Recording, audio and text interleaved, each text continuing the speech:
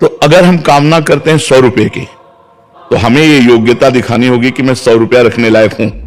वो पिता है, सबका पिता है, वो आपको 100 रुपया दे देगा।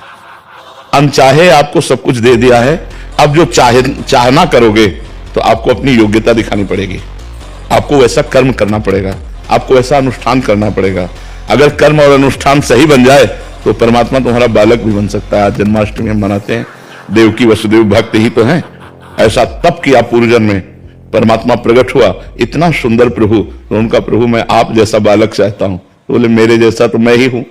तो स्वयं भगवान सच्चिदानंद आज कंस के कारागार में भगवान का प्रादुर्भाव होता है।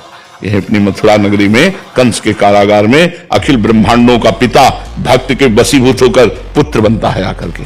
तो अगर हम कुछ भी चाहते हैं, कोई भी कामना करते हैं, तो हमको योग्यता दिखानी पड़ेगी। ये पूरी सृष्टि का नियम है। अब अगर आप एक होमगार्ड बनना चाहते हैं तो आपको दिखानी पड़ेगी, तो उसके अनुसार योग्यता दिखानी पड़ेगी।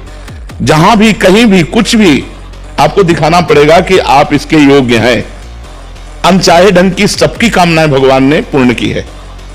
चाह करोगे तो उसके लिए आपको कुछ करना पड़ेगा। अनुष्ठान, पवित्रता, तपस्या, जितेंद्रियता, ये दिखाना पड़ेगा आपको।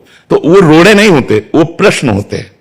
आप उस प्रश्न का उत्तर दीजिए। अब आपके सामने विपत्ति रूपी प्रश्न आया है, अब आप भगवान का चिंतन करते हुए उस विपत्ति रूपी प्रश्न का उत्तर दीजिए कि आप घबराए मत। जो उस समय हमें विवेक अंदर से मिल रहा है, हम उस विवेक के द्वारा उसको पार करें। पैर तोड़ दिए जाएंगे, अब चढ़ के दिखाओ, ऐसा है ये मार्ग।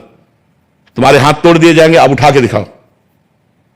तो प्रयास करो, तुम टूटे हुए हाथों से भी तुम उठा पाओगे, क्योंकि परमात्मा तुम्हारे साथ है। मूकम करोति वाचालम पंगुम लंघयते गिरिम यत् कृपा तमहम वंदे परमानंद माधवम। तो ऐसा ना सोचा जाए कि हमारे जीवन में प्रश्न क्यों आते हैं, रोड़े क्यों आते हैं, विपत्ति क्यों आती है, क्योंकि वो हमको आगे बढ़ाने के लिए आती है। कोई भी डिपार्टमेंट देख लो सृष्टि का, कुछ भी करना है तो आपकी योग्यता के संबंध की जानकारी के लिए आपसे प्रश्न किए जाएंगे, और आप जब उन प्रश्नों में पास होंगे तो आपको योग्यता के अनुसार वो सेवा, वो कर्म, वो पद मिल जाएगा। तो भगवान का बनाया हुआ कानून है।